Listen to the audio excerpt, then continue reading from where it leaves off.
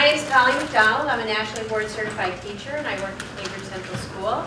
I am a middle school, high school English language arts teacher. What else can I tell you about me? Why do I want to be an agent of change? Because I have a disruptive personality.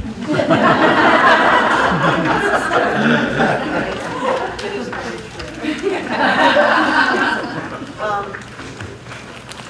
My name is Shelia Morris. I am a nationally board certified teacher as well in literacy. I teach 5th grade at Fort Ann Central School. I've been a teacher leader for 2 years through the STA1 grant. I also work with SUNY Plattsburgh as a clinically rich liaison for the MSc students. I chose to serve as a teacher leader in part because I want to be part of the solution. I don't necessarily like to be told what to do all the time, so I like that I have a voice in part of the answers. My name is Nikki Huskie. I teach 6th through 8th science at Fort Ann, and I was also recently named a New York State Master Teacher through the STEM initiative. I became a teacher leader 2 years ago because I'm a science teacher and I love to solve people's problems. I think that's what scientists like to do. They're like, give me a problem and I will solve it. And what I learned through the process is that it's not about solving other people's problems, but getting them to solve their own problems. So I think that's probably the biggest message that I've learned over my 2 years. I'm Tammy Silvernell. I'm the 7th through 12th principal at Cambridge, and I concur with Colleen's self-assessment about being disruptive. I'm a relatively new building leader. I came to Cambridge 5 years ago after nearly 20 years in the classroom. And so I see a real role for teachers to be change agents because that's where it's happening. It's happening in the classroom. And having that perspective as a longtime teacher, I felt it very important to include teachers in the conversation. With so many changes coming so rapidly, there's not really an administrator I know who feels like they've got it all handled. We need help. And teachers are certainly an important piece of that. In a lot of change at once, it's necessary. My name is Goss. I also teach at Cambridge. I have been in the classroom for 15 years as a 7-12 Spanish teacher. And I also worked for about 10 of those years in various positions within our union leadership, our local union leadership. I have also just recently become Tammy's right-hand man, lady, as associate principal. So why did I become a teacher leader in the first place? Because I felt that there was a need for it, and as Tammy said, there is so much change. I wanted to be a part of it and kind of have a first or fifth-hand knowledge of how it was going to play out and how it would affect not only myself, but my colleagues. Okay, thank you, all of you. So the first question that the group has chosen is, how has being a teacher leader impacted your student success?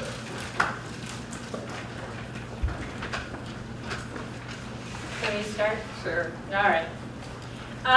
I can say that being a teacher leader has deeply impacted my student success in lots of different ways. And I haven't looked at the scores yet, so don't pop my bubble. I feel that being in a leadership role, that, as I mentioned during Nancy Flanagan's speech, I've really worked hard to develop a network of support with my colleagues.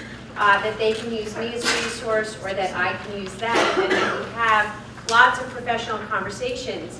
That definitely comes into my classroom because there's lots of times when they have something or an idea or something to offer that I wouldn't have thought of or wouldn't have taken that turn or twist on it that has really enriched my practice. The second thing is that being a teacher leader has really, besides being starting the process as a nationally board certified teacher, made me a truly reflective practitioner. And that always impacts your student performance in a very positive way.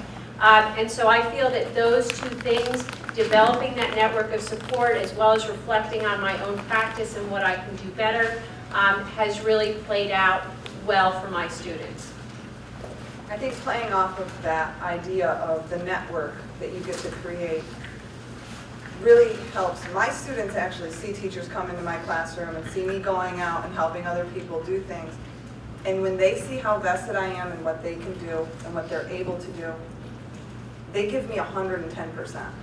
So when they see other students and other colleagues coming in, I have student teachers coming in constantly, people just in the classroom, me going out, sharing experiences, and I'll tell them all about the conferences I do. They give me 110% back. They know I'm fully vested in why they're there, what they're doing, and that I care about them. So with that, they give me that back. Test scores are test scores, but I think that what the students are able to do with that knowledge, that they need people, they need a support system. It's not something that we can do on our own, it's not something that they can do on their own.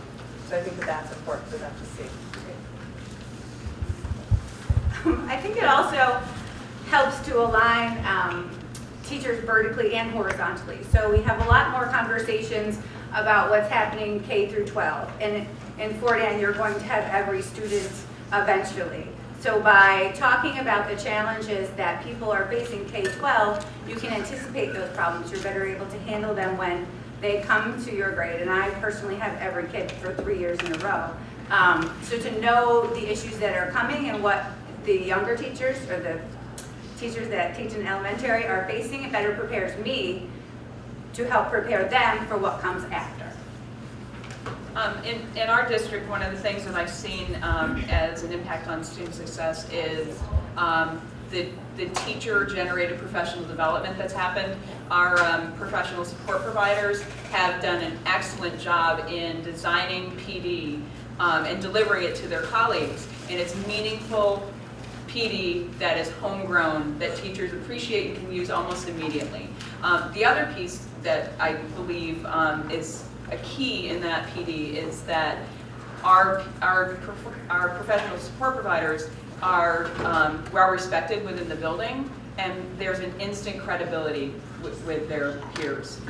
So it's meaningful professional development that's delivered by people who are respected, and that has been a unifying force in the building in terms of implementing change in the classroom. To that note, I feel as though one of the initiatives that we took on last year was kind of a district-wide DDI.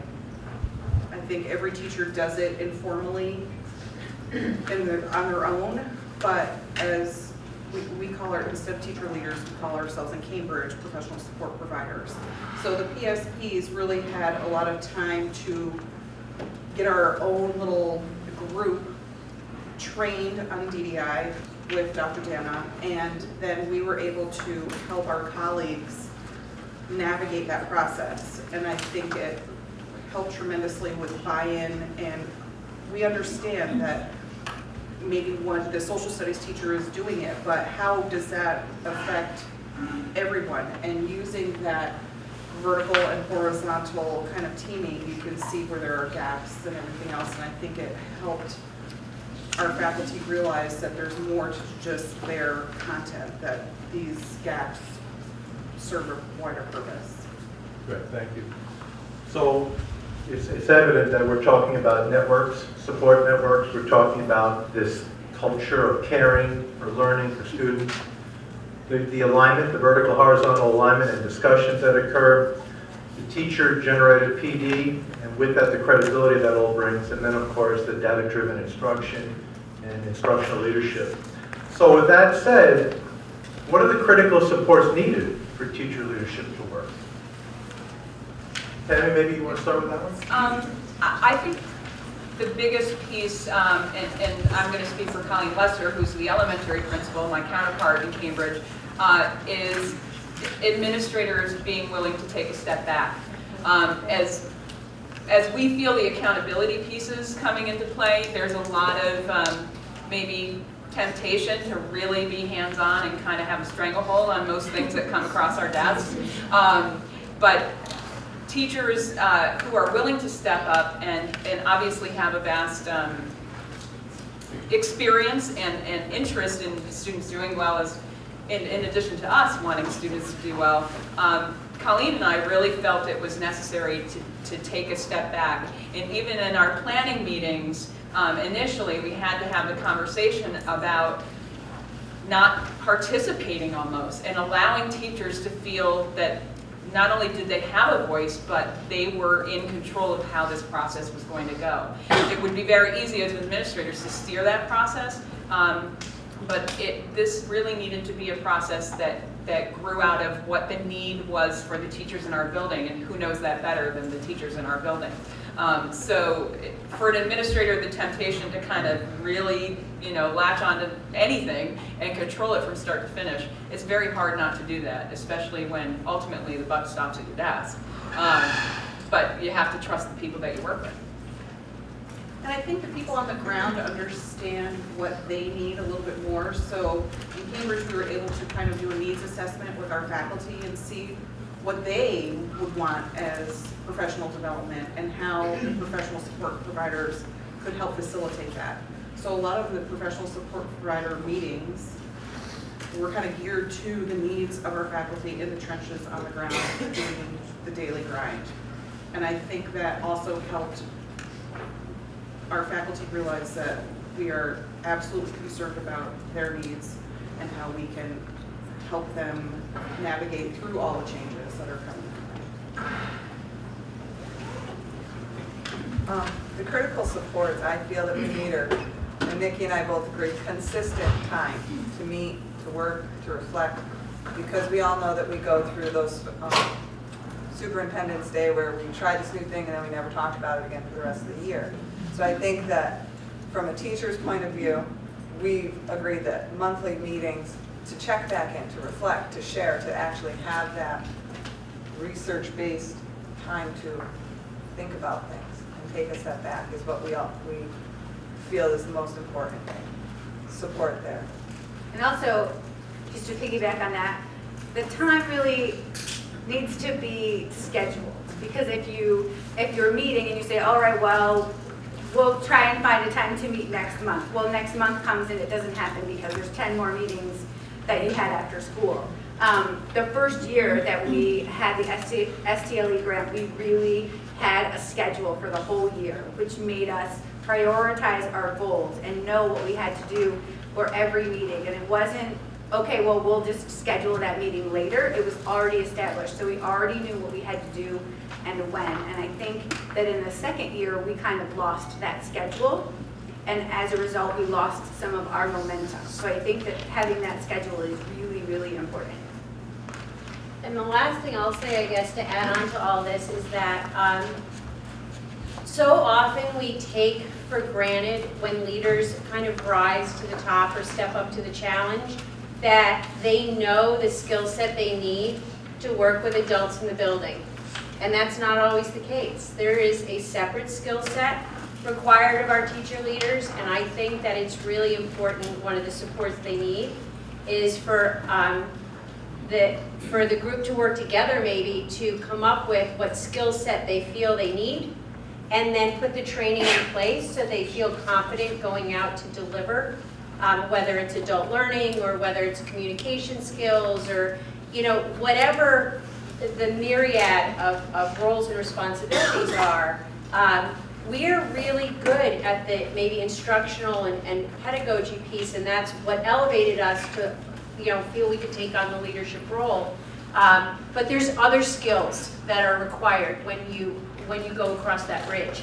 And we need to be really respectful and honor the fact that there are those skills, and we need additional training and we need additional supports to make sure that we're successful as we go off on our leadership roles. Okay, good. Thank you for that. A couple of key points that I heard autonomy, which you heard earlier. I heard a needs assessment, knowing what you're working with, knowing where those needs are. Resources, the soft skills that you spoke about, the cognitive coaching, the working with peers, the vulnerability of that work. Also, something we didn't mention, but the role of the superintendent cannot be understated. Just as the teacher leaders need support through their principals, without superintendent support, the principals are kind of left out on their own, kind of without a paddle. They need that support. So good discussion. Our third question: what were the most challenging obstacles to implementing a teacher leader program in your district, in your school? Most challenging obstacles. Okay.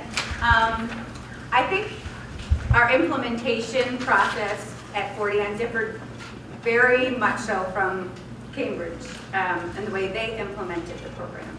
In Fort Ann, it was really sort of an administrator approaching us saying, we would like you to be a teacher leader. And so down the line, it was harder to get that buy-in from the teachers that you were really trying to help, because they said, well, you know, you're a favorite, or you're this, or you're that. So, yeah, that you are part of such and such's agenda. And so that made it hard to get people to buy into what you were trying to help them with, and knowing and having them know that you were a resource for them. So I think, and I know that Colleen will speak to how Cambridge implemented their system, and they really did a good job in seeing what they did. It really added to the validity of how their teachers bought into the whole process. So by working with them through cognitive coaching, we've learned a lot, and that's another part of the teacher leader program, is that you really can collaborate with other schools and see what they did well and what maybe they didn't do so well, and learn from each other. Well, I'm just going to tease you because I'm not going to talk about that right now. You have to come to my afternoon session for that. Share all our resources. A challenge, you know, one of the things I think is, and I think most of your districts are probably in a similar situation, you tap into the same people all the time. I was reading your mind. Yeah. So I think that's been kind of a challenge to not over-tap your resources. And I think the other piece initially with the DDI was, I'm sure I'm not the only one in the room that hears data and cringes. And our teachers, we kind of had to overcome that idea that you had to be a math teacher to understand, or you had to be able to, that, you know, data doesn't have a place in my classroom. We really had to work to figure out how to make it accessible for everyone and help everyone see the value and the use. And I thought the PSPs did a great job. As a PSP, absolutely.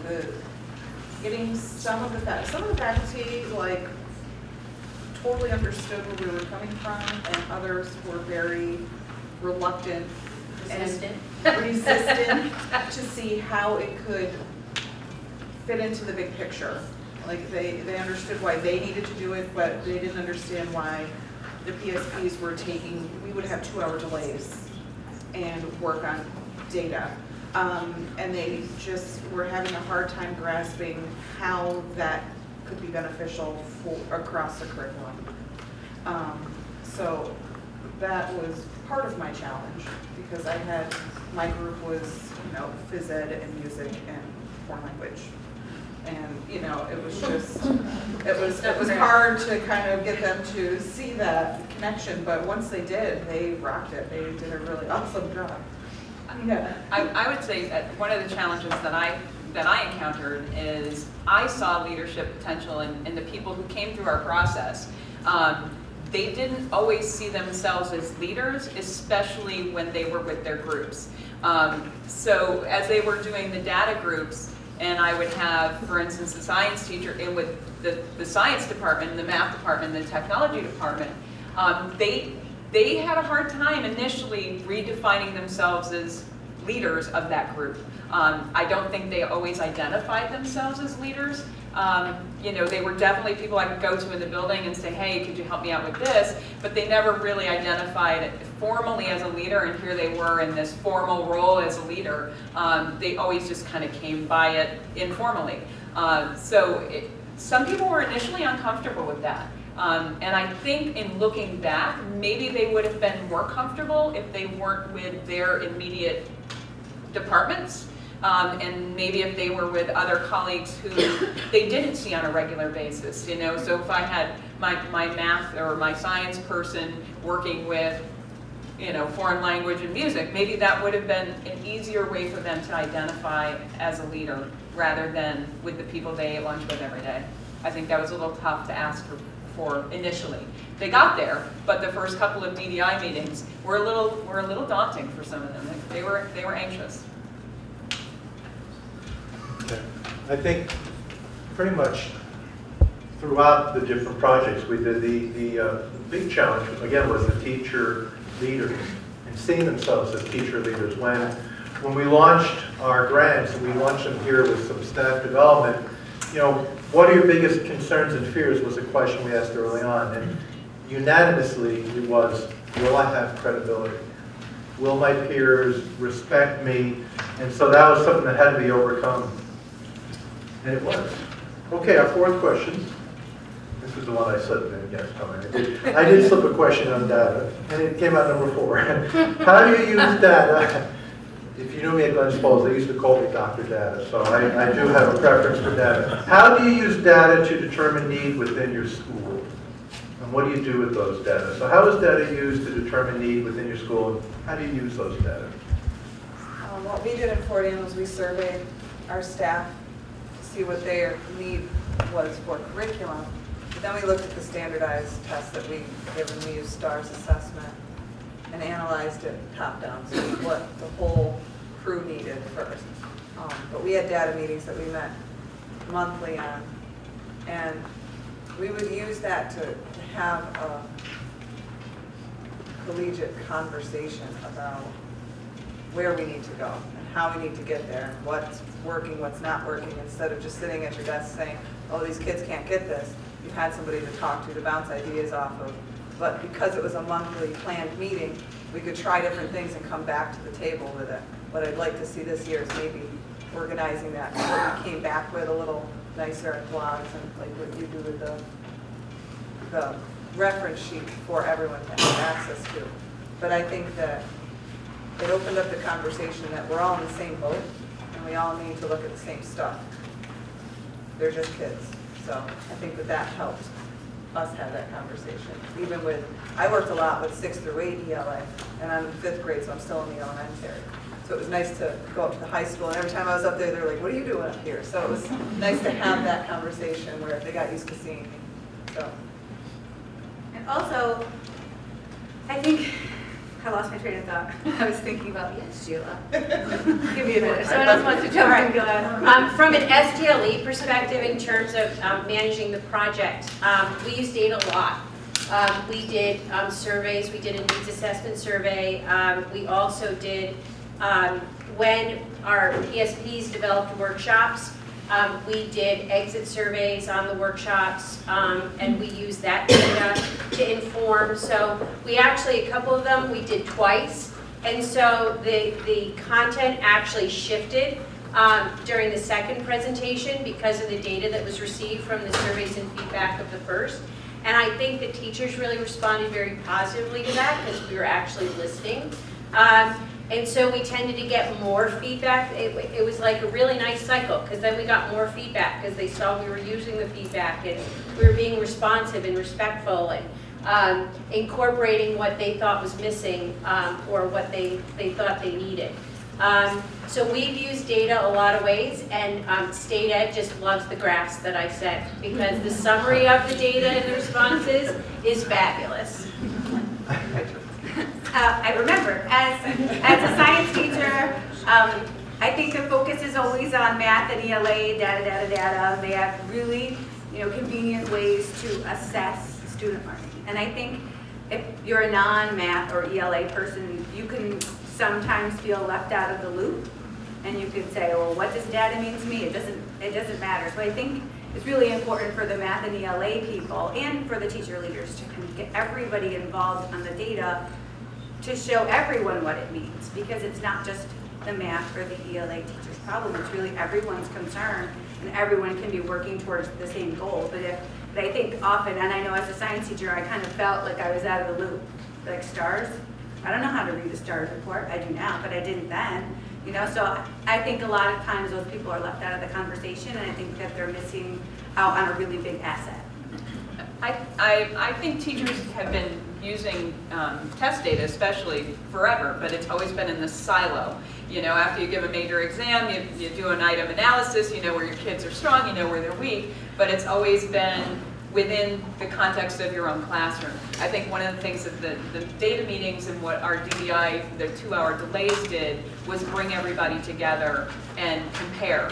And we found, for instance, in math, that we had actually a huge literacy problem. Our students understood the content, they knew the concepts, they couldn't read the questions. So we had really interesting conversations with the math people about close reading. I'm not sure that ever would have happened just by running an item analysis and kind of going, well, the kids didn't know how to do question 37. It was a little deeper than that, and we really uncovered some things that probably wouldn't have happened if they had been done in isolation. I agree with that wholeheartedly. I think that in Cambridge with the DDI in the high school, we tried to take baby steps. The first 2-hour delay was more, okay, why don't you look at your data? The second 2-hour delay was more, why don't you look at your data as compared to your department? And then the third 2-hour delay was trying to kind of meld it all together. I know in the elementary they had a great experience with, I was a second grade teacher working with the first grade teachers and seeing how they can transition and if there are any gaps there, and working with the third grade teachers doing the same thing, which I think was beneficial. And the elementary team seemed to just really embrace that and run with it. Okay, good. A couple of points. Both districts use Driven by Data, Pembroke's and Toyo's book, and both districts also approach it in baby step fashion, which was good because, as we mentioned earlier, the whole idea of using data and filling out these protocols and then coming up with action plans is stressful. So that baby step acclimation period, if you will, really helped transition into a more robust mechanism. I also heard a couple other things I think you heard, which was one, the conversation shifted when people realized that the surveys, those data were being used to inform professional development, curricular decisions, and other decisions. And the last thing is that when you use data, you get the opportunity to bridge grade levels, departments. It's a tool for communication. 2 more questions, and then I think if we have time, we'll open up to the floor. Okay, let's do 2 more. The next question: how do you bring in external partners? So you're you're a district, you're a school. How do you bring external partners to make this a collaborative, joint effort, which is going to bring more synergy to the whole process? I'll call you. We reach out to we worked with SUNY Plattsburgh a lot. They put us in connection with Rita Flows from Albany, so that was great for the math part of it. Dr. Kathy Grant for the ELA part of it. And then we got to meet these guys just having classes here, so really we just called Steve. Got us connected. I think if you have enough, if at the district level, your superintendent and your principals are willing to make it an initiative to set aside time, then the faculty will realize that it's a little bit more important than what they maybe originally thought. So really establishing that importance, that priority within the district, and then calling Steve is really Well, I think just like teacher leaders recognizing that it's a heavy lift you can't do alone, a district as well, it's a really heavy lift. And that if you establish not just a network within your internal community, but the external community, we have a lot of really great stakeholders out there that have a vested interest. We've worked with CASDA, as access to area principals and administrators and really getting them on board. And you can't underestimate the impact of higher education. I mean, P20 as a partnership we don't often look to, but it's a huge mistake because, especially with teacher leadership, our next generation of teachers, they've got our next generation of building level leaders and district level leaders. And so embedding some of these ideas and best practices and conversations in the higher ed level is a partnership that cannot be underscored enough. Because if we want to make really impactful, lasting change, we have to start there and talk about how these people are being trained so that they're prepared to take on some of these roles as they come into us, into the P12 continuum down the road. Good. Let's just move on.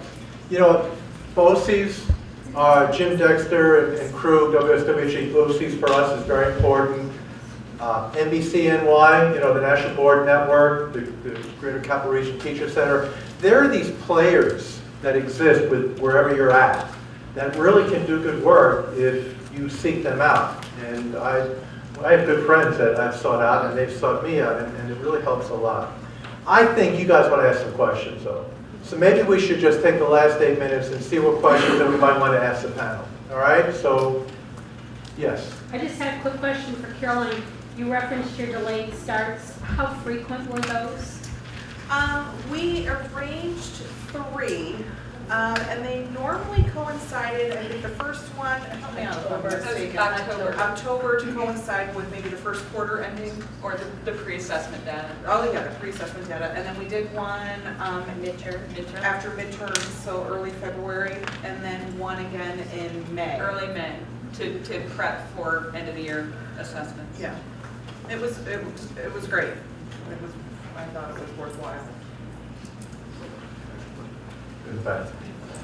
Sheila mentioned using the STAR analysis at the elementary level and then visiting the high school classrooms. How did you compare for bridge data sets that were maybe different units or different? We looked at trends in, I'll speak from ELA because that's really where I focus, but we looked at trends K-5 where we could see a lack of, we focused a lot on vocabulary in social studies and science, and we would reach across just reading strategies in other content areas. So close reading skills we used and we taught and shared ideas with, going back in the text and using different coding systems we would talk with.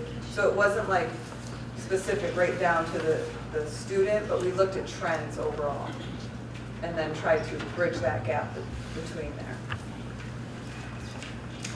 Yes, go ahead. I heard you mention like PD being organic based on teacher needs. How do you handle a situation if you're a teacher leader in which you're feeling the need is more district driven?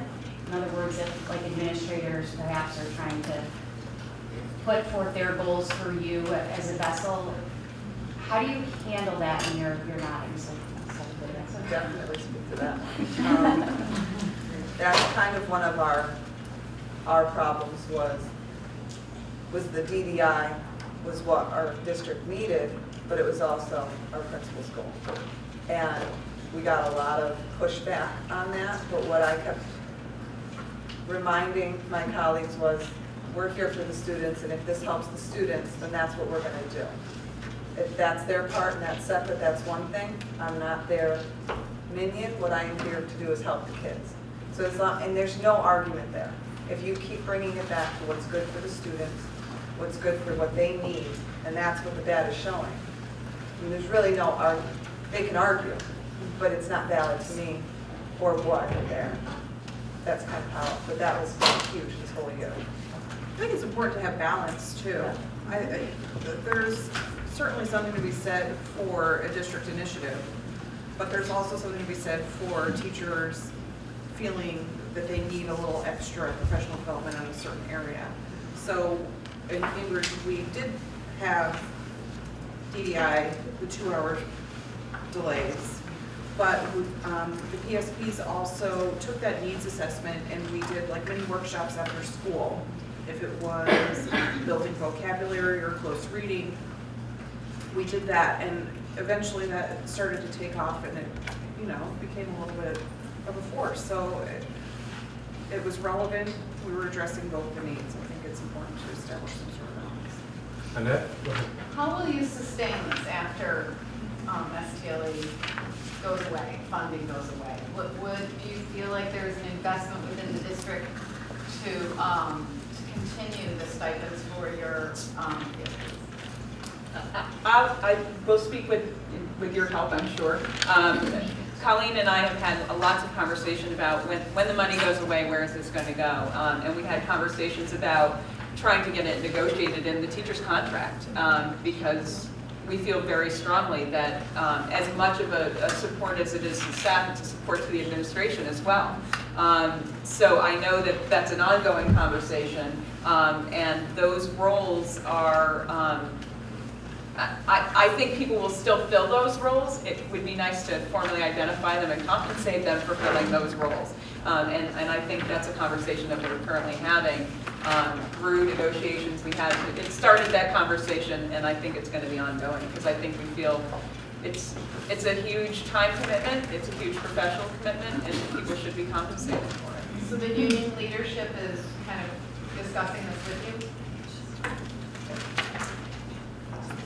Yes. Tammy, I have a question for you in regards to something you had mentioned. You had talked about the need for administration to take a step back, which is really hard. Do you have any suggestions of the ways that we might approach administrators who are a little bit resistant to do that? Well, you want me to call some? No. I think for me it was relatively easy. I came from a system that really, I came from another school district where there was distributed leadership, but came into a district where that was not the philosophy. People were very much looking to me for my agenda and for me to call the shots. So it wasn't uncomfortable for me to take the step back. It was uncomfortable for people to take the reins. I think it was also a little bit easier because I was a relatively new administrator. I had no idea what I was doing. You know, I knew a lot of the things in theory that were coming my way, but how to manage them, how to handle them, I really didn't have a great sense about how to navigate those waters. So I think it was pretty easy because of my background for me to do that. And I don't want to speak for Colleen, but if you have something to throw in here as well, Ms. Lester. We had the conversation about really only seeing this as a success if the teachers took ownership of it. And I think it's a very scary thing to do, and I can understand an administrator's reluctance to do that, but that really comes from our superintendent. You know, we know that we have he has our back, and we had the conversation about, you know, we're going to try this. Might be great, might be awful, but you know, we had the support, and I think that helped us feel a little more confident. But also, you know, it is scary. I can see why an administrator might not want to do it. It was clear at the first meeting that if we didn't take a step back, it would have been our meeting. Yeah. Actually, the three of us, Colleen, Tammy, and I, if we did take a step back and kind of figure out that we needed to shut our mouths, I don't know that it would have gone as it did. Because immediately people look to you to come up with answers. And I think it goes to something that Nikki said. It's not about us solving everyone's problem. I don't know an administrator who can do everything that's on their plate. We all have a certain skill set, and if I am continually sought out to solve people's problems, then I'm always going to be sought out to solve people's problems. Having people solve their own is really the direction we decided we need to go. Okay, I'm going to interrupt now because it's time. Let's give these women a big hand.